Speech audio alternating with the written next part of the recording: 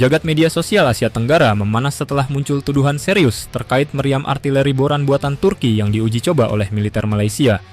Isunya bukan sekadar perdebatan teknis.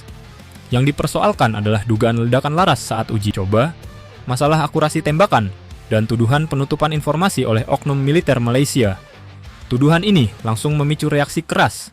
Netizen Malaysia mempertanyakan transparansi, sementara netizen Turki membela industri pertahanan negaranya. Situasi makin panas ketika muncul kabar bahwa Malaysia tetap akan membeli boran, meski kritik datang dari mantan perwira militernya sendiri. Di tengah polemik ini, satu pertanyaan strategis muncul. Bagaimana dengan Indonesia, yang justru menjadi mitra besar Turki dalam industri alutsista? Apakah Indonesia perlu khawatir, atau justru ini menjadi pelajaran penting?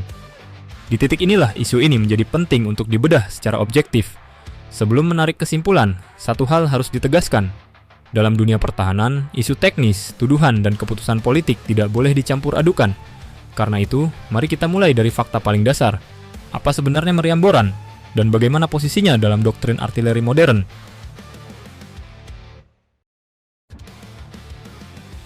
Profil teknis meriam boran. Boran adalah howitzer tarik kaliber 105 mm yang dikembangkan oleh MKE, industri pertahanan milik negara Turki. Meriam ini dirancang untuk memenuhi kebutuhan artileri ringan bermobilitas tinggi. Bobotnya sekitar 1,7 ton, cukup ringan untuk diangkut helikopter dan digelar cepat di medan operasi. Jangkauan tembaknya berada di kisaran 17 km lebih, menjadikannya penerus meriam 105 mm generasi lama yang masih banyak digunakan di dunia. Secara konsep, boran bukan senjata futuristik.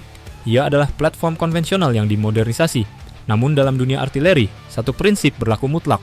Konsep di atas kertas tidak pernah cukup tanpa performa stabil di lapangan.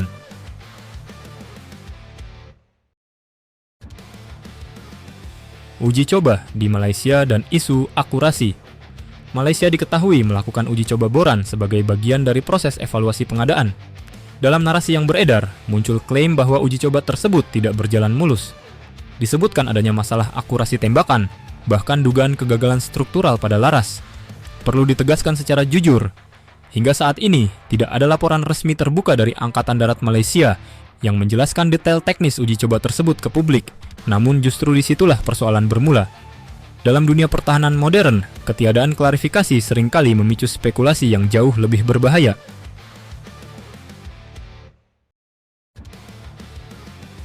Tuduhan penutupan informasi dan suap.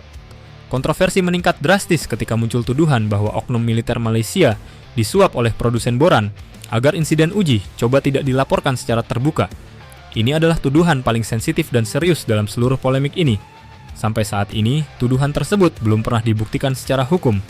Tidak ada putusan, tidak ada pengakuan resmi. Namun dalam sistem pengadaan militer, tuduhan penutupan data teknis adalah alarm paling keras. Karena menyangkut keselamatan prajurit, integritas institusi, dan kepercayaan publik.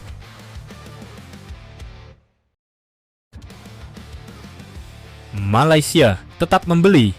Formulir bersuara. Di tengah isu yang belum tuntas, muncul kabar bahwa Malaysia tetap melanjutkan pembelian meriam boran. Keputusan ini memicu kritik keras dari mantan perwira militer Malaysia. Kritik mereka bukan bernuansa emosional. Yang disorot adalah proses evaluasi, transparansi pengujian, dan risiko jangka panjang jika masalah teknis benar-benar ada. Dalam dunia militer, suara formulir bukan sekadar opini. Itu adalah peringatan dari orang-orang yang paham betul konsekuensi kegagalan senjata di medan tempur.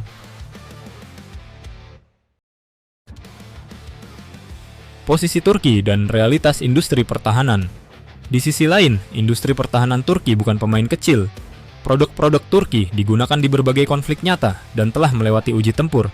Artinya, jika kasus boran memang terjadi, itu tidak otomatis mewakili seluruh kualitas alutsista Turki. Namun satu prinsip tetap berlaku universal. Tidak ada industri pertahanan yang kebal dari kegagalan teknis. Yang membedakan adalah bagaimana kegagalan itu diuji, dikoreksi, dan dilaporkan.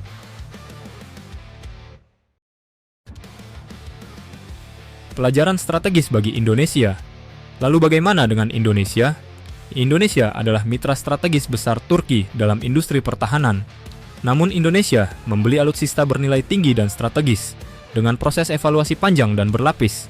Setiap sistem senjata yang masuk ke Indonesia harus melalui uji teknis, audit operasional, dan penilaian langsung oleh TNI sebagai pengguna. Artinya, kehati-hatian Indonesia berada di level berbeda. kerjasama tidak pernah berarti menutup mata terhadap risiko.